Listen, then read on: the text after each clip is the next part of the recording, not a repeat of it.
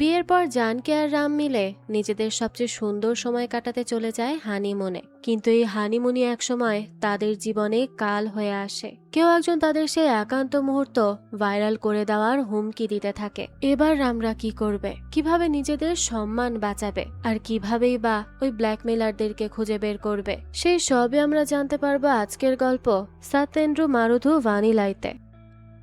শুরুতেই আমাদের একটা হোটেলের দৃশ্য দেখানো হয়। হোটেলটা খুব সুন্দর করে সাজানো ছিল, দেখে বোঝাই যাচ্ছে সেখানে কারো বিয়ের অনুষ্ঠান হচ্ছে। তো তখনই একটা মেয়ে একটা রুমের দরজায় বেল বাজাতে থাকে। সেই সময় রাম নামের একটা ছেলে এসে দরজা খোলে। মেয়েটা খুবই বিরক্ত হয়ে রামকে জিজ্ঞেস করে যে জানকী কোথায়। দেখা যায় পুরো রুমের জিনিসপত্র একেবারে এলোমেলো ছিল।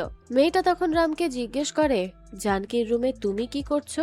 আর সব থেকে বড় কথা, কালকে রাতে তুমি সবার সামনে যে সিন ক্রিয়েট করেছিলে, তারপর তোমার এখানে তো থাকার কথাই না। রাম তো তখন কিচ্ছু বলে না, সে শুধু জানকীকে ডাকতে থাকে। কিন্তু তখন রাম খেয়াল করে যে জানকী তো রুমে কোথাও নেই। সেভাবে হয়তো সে বাহিরে গেছে। যাক, এরপর সে রুমে বসে বসে নিউজ দেখতে থাকে। তখনই সে একটা নিউজ দেখতে পায় যেখানে বলা হচ্ছিল বিভিন্ন জায়গায় ইয়াং মেয়েদের কিডন্যাপ করা হচ্ছে আর তাদেরকে মেরে ফেলা হচ্ছে। এটা দেখে এবার রামের খুব ভয় হয়। তাই সে জানকীকে খুঁজতে খুঁজতে বিয়ের হলে চলে আসে। কিন্তু সেখানে থাকা সবাই ভাবছিল জানকীর নিখোঁজ হওয়ার পেছনে হয়তো রামের হাত রয়েছে। আসলে রাম আর জানকী হচ্ছে হাজবেন্ড ওয়াইফ। কাল রাতে তাদের মধ্যে অনেক ঝামেলা হয়েছিল আর এরপর থেকেই জানকীকে পাওয়া যাচ্ছিল না। আর এ কারণেই সবাই রামকে সন্দেহ করছে। আসলেই কি এর পেছনে রামের হাত রয়েছে নাকি রয়েছে অন্য কোনো ঘটনা, তা তো আমরা ধীরে ধীরেই জানতে পারবো। তো দেখা যায় জানকীর বন্ধু রানেশ সেখানে ছিল। জানকীকে পাওয়া যাচ্ছে না দেখে সে দ্রুত পুলিশের কাছে যায় আর সেখানে গিয়ে রামের নামেই কমপ্লেন করে আসে, যার কারণে পরবর্তীতে পুলিশ এসে রামকে অ্যারেস্ট করে নিয়ে যায়। পুলিশ রামকে অনেক খারাপ ভাবে মারধর করে আর জিজ্ঞেস করে জানকী কোথায়। কিন্তু রাম বলে সে জানে না, সে আসলেই জানতো না জানকী কোথায়। কিন্তু তারপরেও তাকে অনেক টর্চার করা হয়। এরপর তাকে জেলেই রাখা হয়। জেলে বসে বসে রাম তার আর জানকীর আগের সব মুহূর্ত কল্পনা করতে থাকে যে কিভাবে তাদের জীবনটা শুরু হয়েছিল। এখান থেকে দৃশ্য চলে যায় অতীতে, যখন রাম আর জানকীর দেখা হয়নি। তারা দুজনেই তাদের জীবনে ব্যস্ত ছিল। দেখা যায় রাম একদিন একটা রেস্টুরেন্টের সামনে দাঁড়িয়ে কারোর সাথে কথা বলছিল। তখনই সে দেখে রেস্টুরেন্টের ভেতরে জানকী রাস্তার কিছু মানুষকে খাবার খাওয়াচ্ছে। এই দৃশ্য দেখে প্রথম দেখাতেই রাম জানকীর প্রতি খুব ইমপ্রেসড হয়, কারণ এরকমটা সবাই করতে পারে না। তবে দেখা যায় রাম জানকীকে দেখলেও জানকী তাকে খেয়াল করে না। এরপরই আমাদের জানকীর বাড়ির দৃশ্য দেখানো হয়। জানকীর বাবা একজন এমএলএ ছিল। তার বাবার সাথে দেখা করতে তার পার্টির ওয়ার্কিং প্রেসিডেন্ট চলে আসে।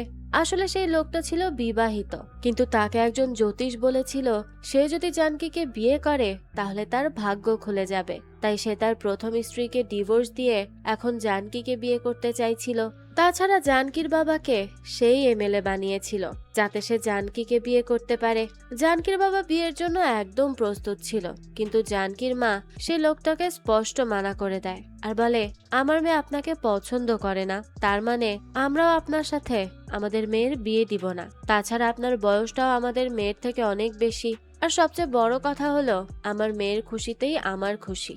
এই কথা শুনে সেই লোকটা জানকীর বাবাকে বলে, তোমাকে এমএলএ কিন্তু আমি বানিয়েছি। তোমার নামে দুইটা মার্ডার কেস চলছিল, সেগুলো আমি বন্ধ করিয়েছি। এখন যদি পুরনো হিসেব খুলে যায় তাহলে কিন্তু তোমার বাঁচার কোনো জায়গা থাকবে না, চিন্তা করে দেখো। এই বলেই সে সেখান থেকে চলে যায়। এখন এই সব কথা শুনে তো জানকীর বাবার খুব রাগ হয়। তাই সে রাগের মাথায় তার স্ত্রীকে ছাদ থেকে লাথি দিয়ে ফেলে দেয়, যার কারণে বেচারির সেখানেই মৃত্যু হয়। তখনই জানকীর বাবার একজন লোক সেখানে এসে উপস্থিত হয়। জানকীর বাবা তাকে বলে, সবাইকে বলবে আমার স্ত্রী ছাদে জামা কাপড় শুকাতে গিয়েছিল, কিন্তু কোনোভাবে ছাদ থেকে পড়ে সেখানেই মারা গেছে। কোনোভাবে যেন সত্য মুখ থেকে বের না হয়। এরপরই তো জানকীকেও বলা হয় তার মা ছাদ থেকে পড়ে মারা গেছে। এই কথা শুনে জানকী খুবই ভেঙে পড়ে। তার মায়ের মৃত্যুতে সে এতটাই ভেঙে পড়েছিল যে এক সপ্তাহ ধরে নিজেকে ঘরের মধ্যেই বন্দি করে রাখে। এরপরই রানেশ জানকীর সাথে দেখা করতে আসে। সে জানকীর রুমের সামনে গিয়ে তাকে অনেক বোঝানোর চেষ্টা করে যে এভাবে তো জীবন চলতে পারে না। রানেশ তখন জানকীকে বলে, তুমি নিজের মেকআপ স্টুডিও খুলতে চেয়েছিলে, তাহলে সেটাই করো, দরকার হলে আমি তোমাকে সাপোর্ট দিব। তারপরেও বাইরে আসো, সকল সমস্যার সমাধান হয়ে যাবে। তাছাড়া তোমার বাবা দিল্লিতে আছে, তাই এখনই আমার সাথে বেরিয়ে পড়ো, না হলে আর কখনো এই সুযোগ আসবে না। তখন জানকী মনে করে তার মা তাকে বলেছিল যে এখান থেকে অনেক দূরে চলে যাও, তাহলেই তুমি শান্তিতে বসবাস করতে পারবে। এখান থেকে দৃশ্য পরিবর্তন হয়, আমাদের একটা কোম্পানির দৃশ্য দেখানো হয়। আমরা রামকে দেখি, সে সেই কোম্পানিতেই চাকরি করে। তো রাম জানতে পারে তাদের কোম্পানির একজন এমপ্লয়ি যার নাম যোগী, সে কোম্পানিতে অনেক অনৈতিক কাজ করে থাকে। কিন্তু সমস্যা হলো রামের বন্ধু যোগীর বিরুদ্ধে যেই প্রমাণ জোগাড় করেছিল সবকিছু বসকে পাঠাতে গিয়ে সিসিতে যোগীকে ট্যাগ করে দিয়েছে। তাই রামের বন্ধু তাকে বলে, তুমি যদি 2 মিনিটের জন্য যোগীকে তার কেবিন থেকে বের করো, তাহলে আমি তার ইমেল থেকে সেই ইমেল ডিলিট করে দিব। রাম তখন ভাবতে থাকে সে কিভাবে যোগীকে তার কেবিন থেকে বের করবে। তখনই তার মাথায় একটা বুদ্ধি আসে। যোগী তাদের অফিসের স্বপ্না নামের একজন মহিলাকে পছন্দ করে। রাম তখন ভয়েস এডিট করে সেই স্বপ্নার ভয়েস দিয়ে যোগীকে কল করে আর স্বপ্নার সাথে দেখা করতে বলে। যোগী তো ভাবে স্বপ্নাই হয়তো তাকে দেখা করতে ডেকেছে, তাই এই শুনে তো সে ভীষণ খুশি হয়ে যায় আর খুশি মনে সেখান থেকে বেরিয়ে পড়ে। আর এই সুযোগেই রাম আর তার বন্ধু সেই ইমেলটা ডিলিট করে দেয়। এরপর আমাদের রানেশকে দেখানো হয়, তার সাথে তার বাবা দেখা করতে আসে আর তাকে জিজ্ঞেস করে, জানকী আর তোমার মধ্যে সবকিছু ঠিক আছে তো? রানেশ বলে, আমি মাত্রই তাকে বুঝিয়ে সুঝিয়ে ঘর থেকে বের করে আনলাম, এখন সে হোস্টেলে আছে। রানেশের বাবা তখন তাকে বলে, আমি তোমাকে বলেছিলাম জানকীকে নিজের ভালোবাসার জালে ফাঁসিয়ে তাকে বিয়ে করার জন্য, অথচ তুমি তাকে হোস্টেলে রেখে এসেছো। রানেশ বলে, ধীরে ধীরে সবকিছু হয়ে যাবে বাবা। কিন্তু তার বাবা বলে, মেয়েটা 3 বিলিয়ন সম্পত্তির মালিক, তাকে এভাবে হাতছাড়া করা যাবে না, তাই তোমার চেষ্টা চালিয়ে যাও। আমি আমাদের যত লোন আছে সব ওর টাকা দিয়েই শোধ করব, এমনটা আমি অনেক আগে থেকেই ভেবে রেখেছি। তাই ওর বাবা ওর জন্য কোনো পাত্র খোঁজার আগেই তুমি নিজের চান্স বানিয়ে নাও। এই কথা শুনে রানেশ কিছু একটা ভাবতে থাকে। এদিকে আমাদের জানকীর বাবাকে দেখানো হয়। সে দিল্লি থেকে ফিরে এসে যখন জানতে পারে যে জানকী নিখোঁজ, তখন তার খুব রাগ হয়, কারণ জানকী না থাকলে তার এই সম্পত্তি পাওয়ার কিছুই থাকবে না। তাই সে শহরের বিভিন্ন পুলিশ কমিশনার সবাইকে জানকীর খোঁজ করতে লাগিয়ে দেয়। এরপর আমাদের রামকে দেখানো হয়, সে তার বন্ধুদের সাথে একটা ক্লাবে আসে। রাম আসলে আসতে চাইছিল না, কিন্তু তার বন্ধুরা তাকে এক প্রকার জোর করেই সেখানে নিয়ে আসে। তখনই রাম সেখানে জানকীকে দেখতে পায়। রাম তখন তার বন্ধুদের জানকীকে দেখায় আর বলে, ওই মেয়েটা অনেক সুন্দর, বিয়ের জন্য এমন মেয়েই দরকার। কিন্তু তার বন্ধুরা বলে, যেটা তোমার সাধ্যের বাইরে সেটা নিয়ে কখনো চিন্তা করো না, তোমার জন্যই ভালো। রাম বলে, আমরা যদি মন থেকে ইউনিভার্সের কাছে কিছু চাই তাহলে সেটা অবশ্যই পূরণ হয়। কিন্তু তার বন্ধুরা তাকে নিয়ে খুব হাসাহাসি করতে থাকে। তখন রাম একজন ওয়েটারকে ডাকে আর তাকে জানকীকে দেখিয়ে বলে, ওই মেয়েটাকে বলবে আমি আজকে সবাইকে ফ্রি ড্রিঙ্কস দিচ্ছি, যদি জিজ্ঞেস করে কেন তাহলে বলবে আজকে আমার জন্মদিন। ওয়েটার গিয়ে তখন জানকীকে এই কথাটা জানায়, কিন্তু তবুও জানকী ফ্রি ড্রিঙ্কস নিতে বারণ করে দেয়। তখনই আবার জানকীর সাথে দেখা করতে আসে রানেশ। তখন রাম আবারও ওয়েটারকে গিয়ে একই কথা বলতে বলে। জানকী এটা শুনে খুবই বিরক্ত হয়, কিন্তু রানেশ তাকে বলে শুধুমাত্র ফ্রি ড্রিঙ্কস অফার করছে, তাহলে এত রাগ করার কি আছে। যাক, এরপর জানকী যখন পার্টি থেকে চলে যাচ্ছিল তখন রাম তাড়াতাড়ি এসে জানকীকে তার ফোন নাম্বারটা দেয় আর বলে, যদি কোনো বিপদে পড়ো আর আমার সাহায্যের দরকার হয় তাহলে অবশ্যই আমাকে ফোন দিও, আর যদি কোনোদিন তোমার ওই ছেলেটার সাথে ব্রেকআপ হয়ে যায় তাহলেও আমাকে ফোন দিতে পারো। সে এসব বলছিল তখনই রানেশ সেখানে আসে আর জানকীকে সেখান থেকে নিয়ে চলে যায়। যেতে যেতে জানকী রানেশকে বলে, আজকের সন্ধ্যাটা একটু অদ্ভুত ছিল তাই না? রানেশ জানকীকে জিজ্ঞেস করে, তুমি কি আগে থেকে সেই ছেলেটাকে চেনো? জানকী বলে, আমি তাকে কিভাবে চিনবো, আমার আজকে প্রথম তার সাথে দেখা হয়েছে। রানেশ বলে, না মানে আমরা আজকে আমাদের রেগুলার ক্লাবে যাইনি, তার উপর নতুন ক্লাবে আসা মাত্রই নতুন একটা ছেলে তোমার সাথে ফ্লার্ট করার চেষ্টা করছিল, আবার তুমি তার সাথে কথাও বলেছ। জানকী বলে, আমি ওই ছেলেটাকে চিনি না আর ছেলেটাকে আমার খুব চিপ লেগেছে। রানেশ তখন বলে, আচ্ছা চলো আমরা আমাদের আগের ক্লাবে যাই। কিন্তু জানকী বলে, আমার আজকে আর ভালো লাগছে না, আমাকে হোস্টেলে ছেড়ে আসো। এই কথা শুনেই তো রানেশের খুব রাগ হয়। সে জানকীকে বলতে থাকে, কোনো একটা অচেনা ছেলে তোমার সাথে কথা বলতে আসলো, তখন তুমি তার সাথে কথা বললে, আর যখন আমি তোমাকে কিছু একটা বলছি তখন তুমি আমার কথা শুনছো না। এই কথা শুনে এবার জানকীর তো রাগ হয়ে যায়। সে রানেশকে বলে, দেখো তুমি আজে বাজে কথা বলো না, আমার কিন্তু বিরক্ত লাগছে। দেখা যায় তাদের ঝগড়া এক পর্যায়ে অনেক বেড়ে যায়, যার কারণে রানেশ জানকীকে রাস্তার মাঝখানেই গাড়ি থেকে নামিয়ে দিয়ে সেখান থেকে চলে যায়। জানকি তখন একা একা রাস্তায় দাঁড়িয়েছিল। তখনই কিছু পতিতালয়ের মহিলা সেখানে চলে আসে। আসলে এটা ছিল তাদেরই এলাকা। তো তারা জানকিকে দেখে বলে, মেয়েটা আমাদের মধ্যের কেউ না, একটু আগেই গাড়ি থেকে নেমেছে। কেউ যদি মেয়েটাকে আমাদের সাথে দেখে ফেলে তাহলে খুব বিপদ হয়ে যাবে। তখনই দেখা যায় কিছু গুন্ডা এসে জানকিকে বিরক্ত করতে থাকে।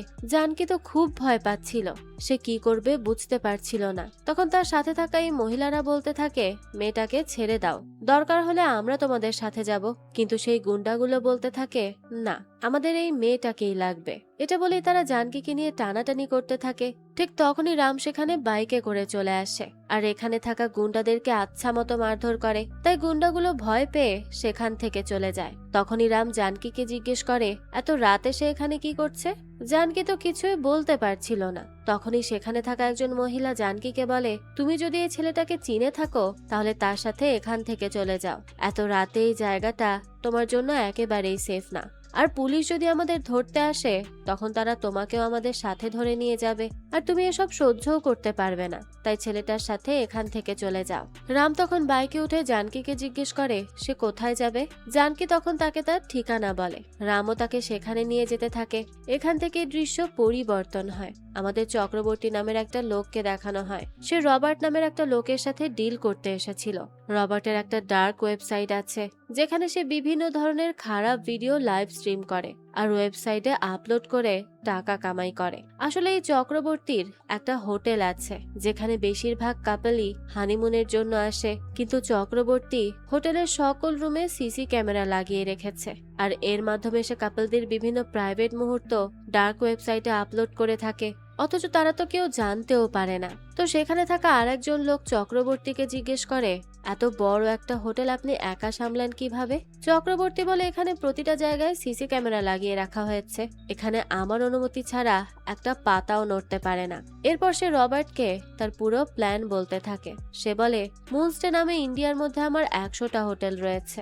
একটা হোটেলে প্রতিদিন অন্তত 50টা রুম বুক থাকে, এভারেজ 5000 রুম। তাই কাপলদের এখানে আনার জন্য আমি 50% ডিসকাউন্ট দিয়ে থাকি। তাই আমার এখানে সবসময় বুকিং ফুল থাকে। আমার এখানে প্রতিদিন 2500 ভিডিওর মতো রেকর্ড হয়। যদি তুমি একটা ভিডিওর জন্য $2 করে নাও তাহলে তুমি প্রতিদিন 200 মিলিয়নের বেশি টাকা কামাতে পারবে। তো এসব শুনে এখানে চক্রবর্তী আর রবার্টের ডিল হয়ে যায়। এরপরই আমাদের রামকে দেখানো হয়। সে জানকির সাথে দেখা করার জন্য রেডি হয়, কিন্তু তখনই তার বন্ধু তাকে কল করে আর বলে, বস বারবার তোমার কথা জিজ্ঞেস করছে, তাড়াতাড়ি অফিসে চলে আসো। রাম অফিসে গেলে জানতে পারে আজকে তাদের মধ্যে থেকে কেউ একজন প্রমোশন পাবে। ইয়োগি তো পুরো শিওর ছিল যে আজকে সেই প্রমোশন পাবে, কিন্তু দেখা যায় তার বদলে রাম প্রমোশন পেয়ে যায়। আসলে রাম আর তার বন্ধু মিলে যেহেতু ইয়োগির সকল অনৈতিক কাজের কথা আগে থেকেই বসকে বলে রেখেছিল, তার কারণে বস ইয়োগিকে প্রমোশন দেয় না। ইয়োগির তো এটা দেখে খুবই রাগ হয়, তাই সে রামকে হুমকি ধামকি দিয়ে বলে, একদিন আমি তোমার থেকে বদলা অবশ্যই নিব। যাক, এরপরই আমাদের জানকিকে দেখানো হয়। সে রেস্টুরেন্টে বসে রানেশের জন্য অপেক্ষা করছিল। রানেশ সেখানে এসে জানকিকে সরি বলতে থাকে। সে বলে, কালকে রাতে আমি একটু বেশি ড্রিঙ্ক করে ফেলেছিলাম, আর তুমি যখন আমাকে অপমান করেছিলে সেটা আমার খুব খারাপ লেগেছিল, তাই আমি তোমার সাথে ওইভাবে আচরণ করেছি। যেহেতু আমরা দুজনেই ভুল করেছি তাই আমাকে ক্ষমা করে দাও। জানকি বলে, কে হ্যাঁ তুমি, আর কেনই বা তুমি এভাবে আমার উপর অধিকার খাটাতে চাইছো? তুমি আমার কেউ না। রানেশ বলে, দেখো, তোমাকে শান্ত করার জন্য কি করতে হবে বলো, আমি সব করব। জানকি বলে, তুমি এখন এখান থেকে চলে যাও। রানেশ তখন বলে, আমি চলে যাব, কিন্তু যাওয়ার আগে তুমি একবার আমার বাবা মায়ের সাথে দেখা করে নাও, কারণ খুব তাড়াতাড়ি তুমি তাদের বৌমা হতে চলেছ। জানকি তখন এসব শুনে খুবই বিরক্ত হয় আর বলে, আমি তো কখনোই বলিনি যে আমি তোমাকে বিয়ে করব, আর আমি তো কখনো তোমাকে ওই নজরেও দেখিনি। তাছাড়া তুমি বলেছিলে আমরা একসাথে বিজনেস পার্টনার হব, যার কারণে আমি তোমার সাথে বাড়ি থেকে বের হয়ে এসেছিলাম, যেহেতু আমি তোমাকে আগে থেকেই চিনতাম। রানেশ তখন জোরে জোরে বলতে থাকে, তুমি শুধুমাত্র আমার টাকা দিয়ে বিজনেস শুরু করার জন্য আমার সাথে পালিয়ে এসেছো, তাই না? আর এখন বিয়ে অন্য কাউকে করতে চাও, তাই তো? জানকি বলে, দেখো, তুমি এখনো আমার সাথে খারাপ ব্যবহার করছো, রানেশ বলে, কেন? কালকে রাতে যে ছেলেটার সাথে ঘুরেছিলে সে খুব ভালো ব্যবহার করেছে। এই কথা শুনেই তো জানকি সেখান থেকে উঠে চলে আসছিল। তখনই তার আবারও রামের সাথে দেখা হয়ে যায়। তখন সেই রেস্টুরেন্টে কালকে রাতে সেই গুন্ডাগুলো চলে আসে। তারা জানকির ক্ষতি করতে চাইলে রাম তাকে বাঁচিয়ে নেয়। তাই তারা এবার রামের উপর হামলা করে দেয়। কিন্তু রাম নিজের দিকে না তাকিয়ে সবার আগে জানকিকে জিজ্ঞেস করে যে সে ঠিক আছে কিনা। আর এই একটা মুহূর্তেই জানকি বুঝতে পারে যে রাম সত্যিই তার জন্য অনেক চিন্তা করে। রাম এরপর সরাসরি জানকিকে জিজ্ঞেস করে যে তুমি কি আমাকে বিয়ে করবে? জানকি তাকে কোনো উত্তর দিবে তার আগেই রানেশ সেখানে চলে আসে আর রামকে মারতে থাকে। কিন্তু রাম জানকিকে বলে, আমি তোমার পরিবারের ব্যাপারে কিচ্ছু জানি না, তবে আমি একজন অনাথ, আমার কোনো পরিবার নেই, তবে আমি কথা দিতে পারি আমি তোমাকে সারা জীবন আগলে রাখবো। জানকি তখন কান্না করতে করতে রামকে বলতে থাকে, আমি তোমাকে বিয়ে করব। এই কথা শুনে তো রাম খুব খুশি হয়ে যায়। কিন্তু রানেশ তখন জানকিকে বলে, এই ছেলেটার কোনো পরিবার নেই, আমরা তো এটাও জানি না ভবিষ্যতে ছেলেটা কেমন হবে, তুমি তাকে বিয়ে করতে পারো না। কিন্তু জানকি বলে, আমি যখন সমস্যায় পড়েছিলাম তখন এই ছেলেটাই আমাকে বাঁচিয়েছিল, তোমার মতো আমাকে একা রাস্তায় ফেলে চলে আসেনি। আর সব মেয়ে নিজের জীবনে এরকমই একজন লাইফ পার্টনার চায়। এরপর দেখা যায় খুব সুন্দর করে ধুমধাম করেই জানকি আর রামের বিয়ে হয়ে যায়। তারা দুজনেই খুব খুশি ছিল। রামের বন্ধুরা তাদের বিয়ের গিফট হিসেবে সেই মুনস্টে হোটেলের টিকিট দেয়। বিয়ের পরই জানকি আর রাম সেই হোটেলে চলে আসে নিজেদের হানিমুনের জন্য।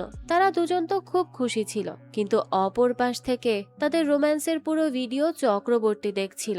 এরপরই দেখা যায় চক্রবর্তী জানকি আর রামকে তার সাথে ডিনার করতে বলে।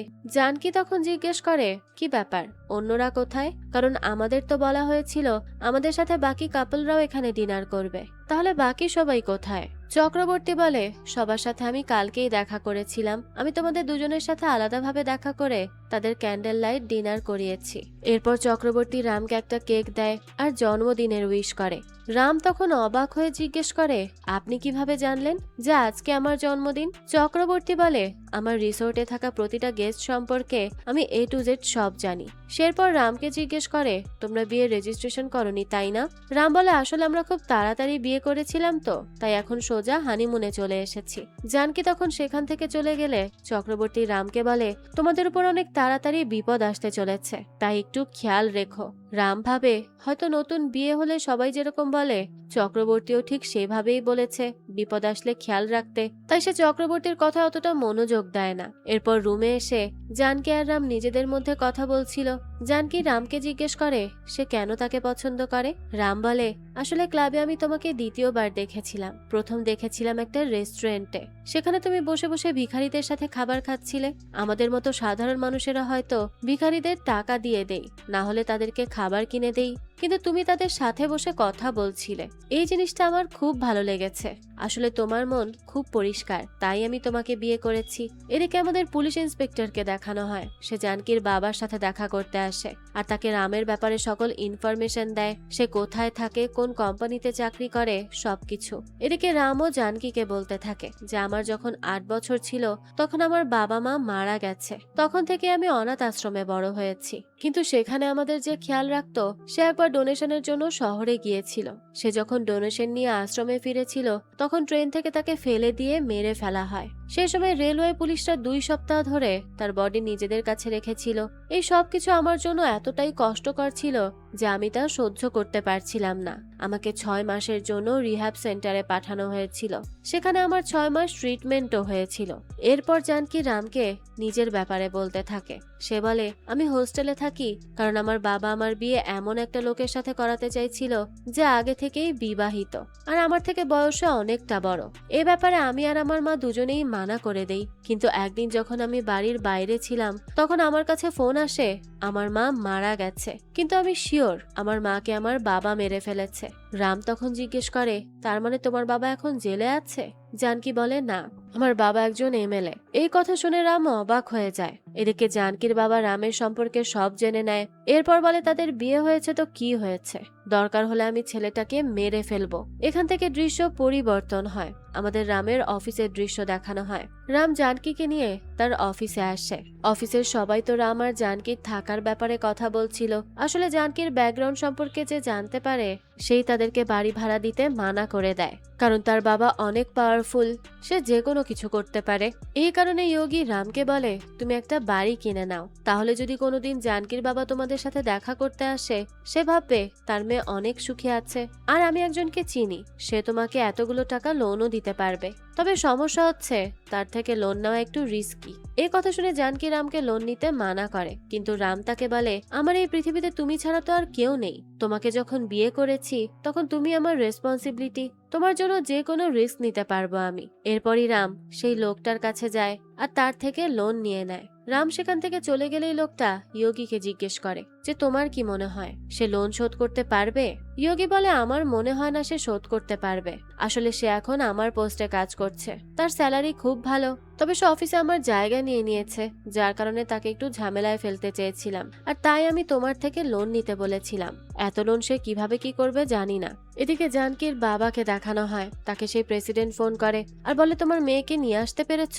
জানকীর বাবা বলে আমি তাকে খুঁজতে তাদের শহরে চলে এসেছি, দরকার হলে সেই ছেলেটাকে মেরে আমার মেয়েকে নিয়ে আসবো। প্রেসিডেন্ট বলে এটা করার কোনো দরকার নেই, শান্ত হয়ে তোমার মেয়েকে বুঝিয়ে তোমার কাছে নিয়ে আসো, এরপর সেই ছেলেটার বিরুদ্ধে কোনো মিথ্যা মামলা করে দিও, তাহলেই কাজ হয়ে যাবে। এখন জানকীর বাবার সেই লোকটা এসে তাকে বলে আমি নিজের একটা ছোটখাটো ব্যবসা শুরু করব, তার জন্য টাকা লাগবে, তাই প্লিজ আমাকে কিছু টাকা দিন। কিন্তু জানকীর বাবা মানা করে দেয়। লোকটা তখন বলে ম্যাডামের খুন আপনি করেছেন, এটা কিন্তু আমি জানি। এই কথা শুনে জানকীর বাবার খুব রাগ হয়, তাই সে সেই লোকটাকেও পাহাড় থেকে ধাক্কা দিয়ে মেরে ফেলে। এদিকে দেখা যায় যোগী আর তার লোকেরা মিলে চক্রবর্তীর ল্যাপটপ চুরি করে নেয়, কিন্তু তারা তো আর জানতো না চক্রবর্তীর ল্যাপটপ গাড়ি সবকিছুতে জিপিএস অন করে রেখেছে। অন্যদিকে আমাদের রাম আর জানকীকে দেখানো হয় জানকীর সামনে জন্মদিন আসছে, তাই রাম আর সে গ্রসারি কিনতে এসেছিল। যোগী চক্রবর্তীর গাড়িতে বসেই তার ল্যাপটপ হ্যাক করতে চাইছিল, তখন চক্রবর্তী ল্যাপটপের মাধ্যমে যোগীকে দেখতে থাকে। এটা দেখে যোগী ভীষণ ভয় পেয়ে যায়, কিন্তু সে পাশে রামের গাড়ি দেখতে পায়। এখন রামকে ফাঁসানোর জন্য সে সেই ল্যাপটপ রামের গাড়িতে রেখে দেয়। রাম আর জানকী বাড়িতে চলে আসে, দেখা যায় তাদের পিছু করতে করতে রানেশ তাদের বাড়ির সামনে চলে আসে। অন্যদিকে রাম যখন তার গাড়ি পার্কিং করছিল তখন সে সেই ল্যাপটপটা দেখতে পায়। সে বুঝতে পারছিল না এটা কার ল্যাপটপ। তখন এই ল্যাপটপের মাধ্যমে চক্রবর্তী রামকে তার পরিচয় দেয় আর বলে সুপারমার্কেটের সামনে আমাকে কিছু গুন্ডারা ধাওয়া করছিল, তাই আমি ভয় পেয়ে ল্যাপটপ তোমার গাড়িতে রেখে চলে এসেছি। রাম বলে ঠিক আছে, তাহলে আমি কালকে সকালেই আপনাকে ল্যাপটপটা দিয়ে আসবো। কিন্তু চক্রবর্তী বলে আমার আজকে অনেক জরুরি একটা মিটিং আছে, আমি তোমাকে লোকেশন দিচ্ছি, তুমি তাড়াতাড়ি আমার ল্যাপটপটা দিয়ে যাও। এ কথা শুনে রাম চক্রবর্তীকে জিজ্ঞেস করে আপনি আমার নাম্বার কোথায় পেয়েছেন? চক্রবর্তী জানায় আমার রিসর্টে একবার যে কাপল আসে আমি তাকে কখনোই ভুলি না। রামের পর জানকীকে ফোন করে বলে আমাদের গাড়িতে একটা ল্যাপটপ ভুল করে চলে এসেছে, আমি সেটা ফিরিয়ে দিতে যাচ্ছি, তুমি ঘুমিয়ে পড়ো। এরপর রাম চক্রবর্তীর বাড়িতে চলে যায় আর তাকে ল্যাপটপ ফিরিয়ে দেয়। চক্রবর্তী তখন তাকে অনেকগুলো টাকা দেয়, কিন্তু রাম বলে আমি এই টাকাগুলো রাখতে পারবো না। চক্রবর্তী বলে আমি আরেকটা ল্যাপটপ কিনে নিতে পারতাম, তবে এই ল্যাপটপে যে ডেটা আছে এগুলো আমার জন্য খুব গুরুত্বপূর্ণ।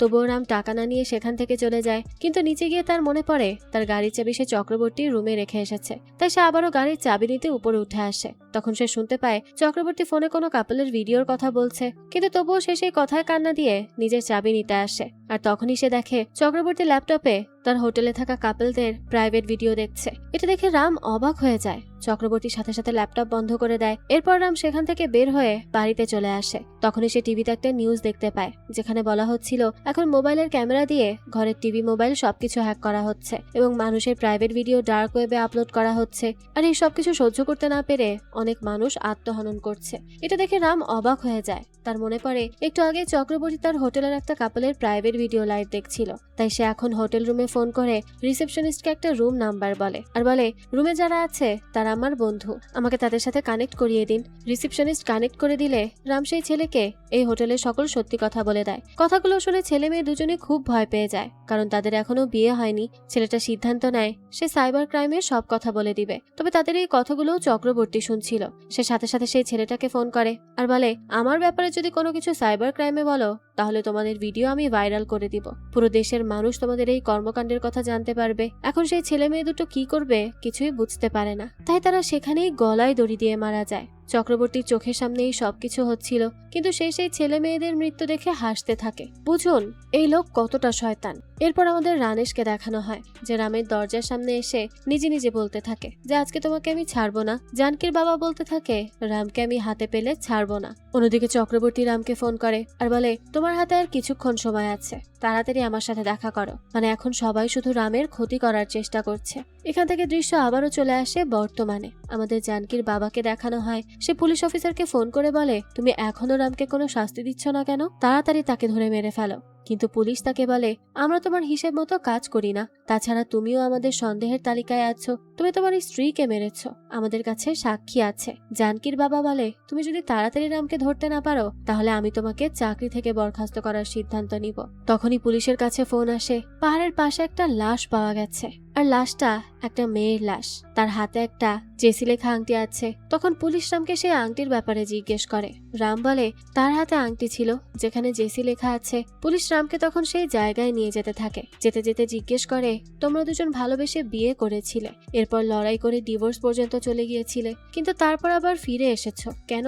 এখান থেকে কাহিনী আবারও অতীতে চলে যায়। আমাদের জানকীর জন্মদিনের দৃশ্য দেখানো হয়। রামের অফিসের সবাই রামের বাড়িতে চলে আসে, কিন্তু তারা দেখে রাম আর জানকী দুজনেরই মন খুব খারাপ। তখন সবাই জিজ্ঞেস করে, কি হয়েছে? জানকী বলে, রাম কালকে রাতের বেলা বাড়ি থেকে বের হয়েছিল আর সকালে বাড়ি ফিরেছে, সকালে আবারও বের হয়েছে, আর সব থেকে বড় কথা, কালকে থেকে এখনো পর্যন্ত সে আমাকে জন্মদিনের জন্য উইশ করেনি। তখন রাম সবাইকে বলে, আসলে আমার উপর কাজের খুব চাপ, তাই এমনটা হয়েছে। যাক, এরপর সবাই খুব সুন্দর করে কেক কাটে, সবাই তো বেশ আনন্দ করছিল। তখনই সেখানে সেই পাওনাদার চলে আসে, যার থেকে রাম লোন নিয়েছিল। সে রামকে বলে, আমি যখনই তোমার কাছে টাকা চাই তুমি এটা ওটা বাহানা করো, কিন্তু এবার আমি কোনো বাহানা শুনবো না, আমি আমার টাকা নিয়ে যাব। যোগী তখন তাদের এখান থেকে যেতে বললে সেই লোকগুলো যোগীকে বলে, রাম তোমার প্রমোশন আটকে দিয়েছিল, তাই তুমি তার থেকে বদলা নিতে চেয়েছিলে, আর এ কারণেই তো তুমি তাকে আমাদের কাছে এনেছো। এখন এত ভালো সাজার দরকার নেই। এই কথা শুনে রাম অবাক হয়ে যায়। এদিকে জানকী তার একজন বান্ধবীকে ফোন করে আর তার অবস্থার কথা জানায়। তখনই দেখা যায় একটু পরই রানেশ টাকা নিয়ে সেখানে চলে আসে। রানেশ এই লোকটাকে টাকা দিলে লোকটা সেখান থেকে চলে যায়। তখন রানেশ জানকীকে বলে, কালকে রাত 12টার সময় আমি যখন তোমাকে উইশ করতে এসেছিলাম তখন যদি আমাকে এসব কিছু বলে দিতে তুমি, তাহলে আর এত ঝামেলাই হতো না। এই কথা শুনে রাম অবাক হয়ে যায় আর ভাবতে থাকে জানকী হয়তো এখনো রানেশের সাথে কথা বলে, তাই সে সবার সামনে জানকীকে একটা থাপ্পড় মেরে বসে। জানকী তখন কান্না করতে করতে বলে, আজকে আমার জন্মদিন ছিল আর আজকের দিনে তুমি সবার সামনে আমাকে মেরেছ। এই বলে সে কান্না করতে করতে সেখান থেকে চলে যায়। সবাই তখন রামকে এটা ওটা বলে সেখান থেকে চলে আসে। রাম কাউকে বোঝাতে পারছিল না যে তার সাথে কি হচ্ছে। দৃশ্য চলে যায় পরের দিন। রাম অফিসে গেলে তার বস তাকে অফিস থেকে টার্মিনেট করে দেয়, কারণ সে জানতে পেরে গিয়েছিল রাম চাকরি করার আগে কিছু মাস রিহ্যাবে ছিল। এখন রামকে অফিস থেকে বের করে দেওয়া হয়। রাম তখন মনে মনে ভাবতে থাকে সে রিহ্যাবে ছিল এই কথাটা শুধুমাত্র জানকী জানতো, তার মানে জানকী তার বসকে এসব বলেছে। এরপর আমাদের দেখানো হয় রাম আর জানকী আলাদা থাকতে শুরু করে। রাম একটা অনাথ আশ্রমের জন্য ডোনেট করত, কিন্তু যোগীর সাথে কাজ করা সেই গুন্ডাগুলো তাদের সেই অনাথ আশ্রম থেকেও বের করে দেয়। এতগুলো অনাথ বাচ্চা কোথায় থাকবে এই ভেবে রাম রানেশের থেকে অনেকগুলো টাকা নেয়। রানেশ রামকে বলে, এই টাকাগুলো নিয়ে তুমি বাচ্চাদের থাকার ব্যবস্থা করো, কিন্তু মনে রাখবে এর বদলে তোমাকে জানকীকে ডিভোর্স দিতে হবে। এসব শুনে রাম ভাবতে থাকে রানেশ হয়তো জানকীকে খুশি রাখতে পারবে, কারণ তার সাথে থাকলে জানকীর জীবন নষ্ট হবে, তাই সে জানকীকে গিয়ে ডিভোর্স পেপারস দিয়ে আসে। এটা দেখে জানকীর অনেক খারাপ লাগে, সে অনেক বেশি কান্না করতে থাকে। এরপরই রানেশ তার বন্ধুকে সব কথা খুলে বলে যে কি কারণে সে জানকীকে ডিভোর্স দিচ্ছে। তখন এখানে যোগী চলে আসে আর রামকে বলে, আসলে আমি তোমার থেকে বদলা নিতে চেয়েছিলাম, তাই এমনটা করেছিলাম, কিন্তু তোমার সাথে এতটা খারাপ হোক সেটা আমি চাইনি। সব থেকে বড় কথা, তুমি যে লোকটার থেকে লোন নিয়েছিলে এই কথা রানেশ জেনে গিয়েছিল, আর জানকীর জন্মদিনের দিন রানেশে সেই গুন্ডাগুলোকে তোমার বাড়িতে পাঠিয়েছিল। যাক, তখনই জানকী রামকে মেসেজ দেয় আর বলে, আমরা যেখানে হানিমুনের জন্য গিয়েছিলাম সেই হোটেলে আজকে আমার একটা ব্রাইডাল মেকআপ করার আছে, তাই তুমি আমার সাথে সেখানে দেখা করো, আমার তোমাকে কিছু বলার আছে। এরপরই জানকীকে দেখানো হয় সে ব্রাইডের মেকআপ শেষ করে আর বাইরে এসে বসে, কিন্তু তখনই রানেশ সেখানে এসে জানকীকে প্রপোজ করে আর বিয়ের জন্য মানাতে থাকে। জানকী এসব শুনে তাকে বলে, দেখো তুমি আমাদের অনেক বড় উপকার করেছো, আমি সেটা অস্বীকার করছি না, কিন্তু আমি এখনো বিবাহিত, তুমি আমাকে এসব কথা বলতে পারো না। রানেশ তখন জানকীকে জোর করতে থাকে। তখনই সেখানে রাম এসে রানেশকে আচ্ছা মতো মারে। বিয়ের মাঝখানে এইসব হতে দেখে সবাই সেখানে জড়ো হয়ে যায়। সবাই জানকীকে জিজ্ঞেস করে এই ছেলেটাকে, তখন রাম সবার সামনে দাঁড়িয়ে বলে, আমি জানকীর হাজবেন্ড, আমার আর তার বিয়ে হয়েছিল, কিন্তু রানেশ জানকীকে বিয়ে করতে চায়, তাই সে আমাদের ডিভোর্স করাতে চাইছিল। এই কথা শুনে তো রানেশের বাবা সবার সামনে ভালো সাজার চেষ্টা করে আর রানেশকে অনেক বকাবকি করতে থাকে। তখন রাম বলে, আসলে রানেশ আর তার বাবাই প্ল্যান করে জানকীকে তাদের বাড়িতে নিয়ে আসতে চাইছে, কারণ জানকী অনেক সম্পত্তির মালিক। তখন রানেশ সবার সামনে বলে, আমি যদি জানকীকে টাকার জন্য বিয়ে করার চেষ্টা করি, তাহলে তুমিও তো টাকার জন্যই তাকে ডিভোর্স দিতে চাইছিলে। এই কথা শুনে জানকী অবাক হয়ে যায় আর সবার সামনে রামকে জিজ্ঞেস করে, তুমি কি সত্যিই রানেশের থেকে টাকা নিয়ে আমাকে ডিভোর্স পেপার পাঠিয়েছ? রাম বলে, হ্যাঁ। জানকী তো তখন সবার সামনে তাকে একটা থাপ্পড় মেরে দেয়। সে রামকে বলে, আমি তোমাকে অনেক ভালোবেসেছিলাম। এই বলেই সে সেখান থেকে চলে যায়। এখান থেকে দৃশ্য চলে আসে বর্তমানে। রামকে পুলিশ সেই বডির কাছে নিয়ে যায়। রাম প্রথমে মেয়েটার হাতের আংটি দেখে আর ভাবে এটা জানকী। মেয়েটার মুখ বোঝা যাচ্ছিল না, কারণ তার মুখ পুরো নষ্ট করে দেওয়া হয়েছিল। কিন্তু এরপরই রাম খেয়াল করে জানকীর হাতে একটা ট্যাটু ছিল, কিন্তু এই মেয়েটার হাতে সেটা নেই। তখন সে মিডিয়ার সামনে গিয়ে বলে, এই মেয়েটা আমার জানকী না, আমার জানকীকে কিডন্যাপ করা হয়েছে আর অন্য কারো বডি তার সাথে বদলে দেওয়া হয়েছে। আর তখনই সেখানে থাকা পুলিশ মিডিয়া সবার ফোনে একটা ভিডিও আসে, যেখানে দেখা যাচ্ছে জানকীর বাবা নিজের একটা কর্মীকে পাহাড় থেকে ফেলে দিচ্ছে। এটা দেখেই তো পুরো মিডিয়ায় তোলপাড় শুরু হয়ে যায়। এদিকে সকল নিউজে শুধুমাত্র এটাই চলছিল যে জানকীর মার্ডার হয়েছে নাকি কিডন্যাপ। এদিকে পুলিশ খোঁজ করতে করতে চক্রবর্তী হোটেল পর্যন্ত চলে যায়। এখানে তারা একটা কাপলের লাশ পায়। এইবার তাদের সন্দেহ চক্রবর্তীর উপর হয়, কিন্তু চক্রবর্তী ছিল গায়েব। তাই তার প্রাক্তন স্ত্রীকে পুলিশ স্টেশনে নিয়ে আসা হয়। তার প্রাক্তন স্ত্রী পুলিশকে জানায়, আসলে চক্রবর্তী আমাদের ইন্টিমেট হওয়ার সময় আমার পারমিশন ছাড়াই ভিডিও করে আর সেটা ওয়েবসাইটে লাইভ টেলিকাস্ট করে। সে আমার প্রতিটা জায়গায় ক্যামেরা লাগিয়ে রেখেছিল, এমনকি আমার বাড়ির বাথরুমের ভিডিও সে করত। আমার ছোট বোনটা আমার বাড়িতে বেড়াতে এসেছিল, চক্রবর্তী তখন তার সাথে এই একই কাজ করেছে, তাই আমি তাকে মেরেছিলাম। এরপরই সে ঘর থেকে বের হয়ে চলে গিয়েছিল। পুলিশ জিজ্ঞেস করে, আপনি কি এসব কিছু করতে বলেছেন? সেই মহিলা বলে, চক্রবর্তী আমাকে ডিভোর্স দিয়েছিল, কিন্তু এটাও বলে দিয়েছিল যদি আমি কোর্টে এসব কথা বলি তাহলে আমাদের ভিডিও ভাইরাল করে দিবে, তাই আমি ভয় পেয়ে কাউকে কিচ্ছু বলিনি। তখন পুলিশ নিশ্চিত হয়ে যায় যে জানকীর গায়েব হওয়ার পেছনে চক্রবর্তীর হাত রয়েছে। এদিকে পুলিশ যখন রামকে নিয়ে যাচ্ছিল, তখন পুলিশ তাকে জিজ্ঞেস করে, তুমি কি আগে থেকে চক্রবর্তীকে চেনো? রাম বলে, হ্যাঁ আমি চিনি। পুলিশ তখন বলে, তাহলে এতক্ষণ বলনি কেন? রাম বলে, আপনারা এতক্ষণ জিজ্ঞেস করেননি তাই বলিনি। পুলিশ তখন জিজ্ঞেস করে, তুমি তাকে কিভাবে চেনো? রাম বলে, আসলে আমরা তার রিসোর্টে গিয়েছিলাম, তখন সে আমাদের ডিনারে ইনভাইট করেছিল, তখন থেকেই চিনি। এরপর জানকীর জন্মদিনের রাতে আমাকে ফোন করে বলেছিল সে জানকীকে উইশ করতে চায়। পুলিশ রামকে বলে, তুমি কি জানো তোমার চাকরি কার জন্য গিয়েছে? রাম বলে, জানকীর বাবা আমার বসকে ধমকি দিয়েছিল আমাকে চাকরি থেকে বের করে দেওয়ার জন্য, তাই না? পুলিশ তখন বলে, তাহলে তুমি সবকিছু জানো, কিন্তু তোমার কাহিনী শুনে আমার খুব খারাপ লাগছে। আমিও পুলিশ স্টেশনে তোমাকে অনেক মেরেছিলাম, এখন অনেক বেশি খারাপ লাগছে। পুলিশের পর গাড়ি থামিয়ে রামকে বলে, তুমি চিন্তা করো না, আমি সব সময় তোমার পাশে আছি, আমি তোমার বড় ভাইয়ের মতো। এখান থেকে দৃশ্য আবারও অতীতে চলে যায়। ওই দিন অনুষ্ঠান থেকে জানকী নিজের ঘরে গিয়েছিল, তখনই রাম তার পিছু পিছু যায় আর তার কাছে ক্ষমা চাইতে থাকে। রাম জানকীকে জানায় যে তার জন্মদিনের রাতে কি হয়েছিল। তখনই আমাদের ফ্ল্যাশব্যাক দেখানো হয়। রামকে চক্রবর্তী তার সাথে দেখা করতে ডাকে। রাম সেখানে গিয়ে চক্রবর্তীকে বলে, তোমার লজ্জা লাগে না এত খারাপ একটা কাজ করতে? চক্রবর্তী বলে, আমি খারাপ কাজ করি, কিন্তু তোমরাও তো রাস্তার আশেপাশে মহিলা দেখলে তাদের দিকে তাকিয়ে থাকো। কোন সেলিব্রিটি কোন ধরনের পোশাক আশাক পরে তার দিকে খেয়াল রাখো। দুনিয়াতে সব থেকে বেশি যেই ওয়েবসাইটটা ব্যবহার করা হয় সেটা হলো ডার্ক ওয়েবসাইট। তাই আমি যদি ভুল হয়ে থাকি তাহলে ওইসব ভিডিও দেখা সকল ভিউয়ার্সও ভুল, তারাও খারাপ। তুমি ওই দিন রাতে যে একটা ছেলে আর মেয়েকে ফোন করে আমাদের ব্যাপারে বলেছিলে তারা আত্মহনন করে নিয়েছে, তুমি যদি তাদেরকে এইসব কথা না বলতে তাহলে তারা চুপচাপ নিজেদের কাজ করে এখান থেকে চলে যেত। তারা জানতেও পারতো না তাদের ভিডিও দিয়ে এইসব কাজ হচ্ছে, তোমার কারণেই ওরা মারা গেছে। কথায় কথায় এখানে রাম আর চক্রবর্তীর মাঝে ফাইট হতে শুরু করে আর এক পর্যায়ে রাম চক্রবর্তীকে ছুরি দিয়ে আঘাত করে আর সাথে সাথে মেরে ফেলে। এরপর রাম চক্রবর্তীর ল্যাপটপ নিয়ে নেয় আর ফিঙ্গারপ্রিন্ট দিয়ে ল্যাপটপ খুলে ল্যাপটপে থাকা সকল ভিডিও ডিলিট করে ফেলে। এরপর তাকে বেঁধে একটা ট্রেন স্টেশনে নিয়ে যায় আর সেখানে শুইয়ে দেয়। তখন দেখা যায় চক্রবর্তী এখনো হাত পা নাড়াচ্ছে, কিন্তু এতক্ষণ একটা ট্রেন এসে চক্রবর্তীর উপর দিয়ে চলে যায়। আর তার শরীর সেখানেই ক্ষত বিক্ষত হয়ে যায়। এরপরই রাম চলে আসে বাড়িতে। সে সেই ফ্রেশ হয়ে আবারও বাড়ি থেকে বের হয়ে যায়। কম্পিউটারের মাধ্যমে সে আবারও চক্রবর্তীর আওয়াজ এডিট করে চক্রবর্তীর হোটেলে ফোন করে আর রিসেপশনিস্টকে বলে, আমাদের হোটেলের একটা রুমে 2টা কাপল গলায় দড়ি দিয়ে মরে গেছে। আসলে আমি তাদের বিয়ে দিয়েছিলাম, আমাদের পরিবার এটা জানতো না, কিন্তু তারা যখন জানতে পারলো তাদের পরিবার তাদের ব্যাপারে জেনে গেছে, তারা তখন নিজেদের গলায় দড়ি দিয়ে মারা গেছে। রিসেপশনিস্ট বলে, কিন্তু স্যার, এই ব্যাপারটা যদি বাইরে লিক হয়ে যায় তাহলে আমাদের হোটেলের অনেক বদনাম হবে। আমি কি তাদের দুজনের লাশ পাহাড় থেকে ফেলে দিয়ে আসবো?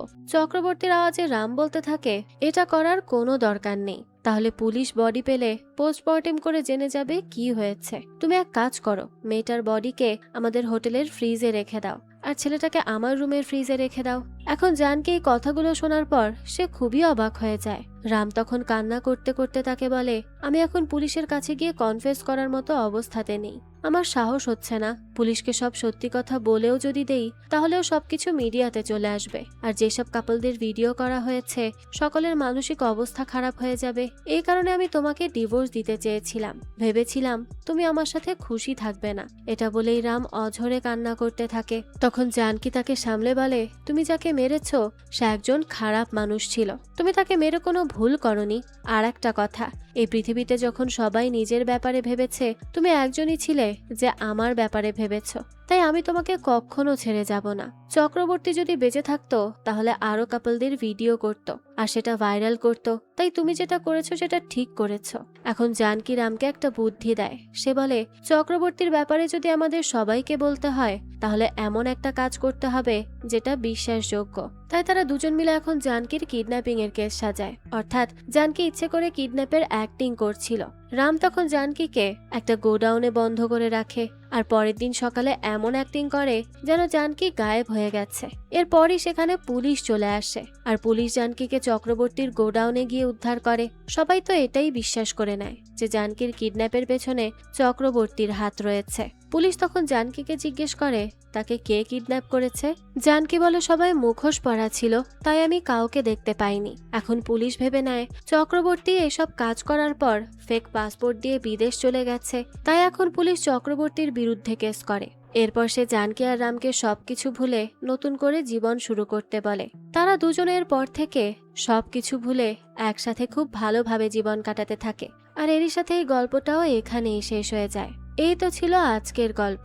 রাম আর জানকির জীবনের এই গল্পটা আপনাদের কাছে কেমন লেগেছে সেটা অবশ্যই আমাদেরকে কমেন্ট করে জানাবেন। যদি এতটুকু ভালো লেগে থাকে তাহলে একটি লাইক দিয়ে যাবেন। আর হ্যাঁ, আমাদের এই চ্যানেলে কিন্তু প্রতিনিয়তই নতুন নতুন ভিডিও আপলোড করা হয়। সেই সব ভিডিওর আপডেট পেতে আমাদের চ্যানেলটিকে সাবস্ক্রাইব করে বেল আইকনে অল দিয়ে রাখতে কিন্তু ভুলবেন না। আর একটা কথা, আমাদের সকল ভিডিওর আপডেট পেতে জয়েন করতে পারেন আমাদের হোয়াটসঅ্যাপ চ্যানেলে, লিংক ডেসক্রিপশন বক্সেই দেওয়া আছে। আজকে তাহলে এই পর্যন্তই, আবারও হাজির হব নতুন কোনো ভিডিও নিয়ে। সেই পর্যন্ত সবাই ভালো থাকবেন আর আমাদের চ্যানেলের সাথেই থাকবেন। ধন্যবাদ।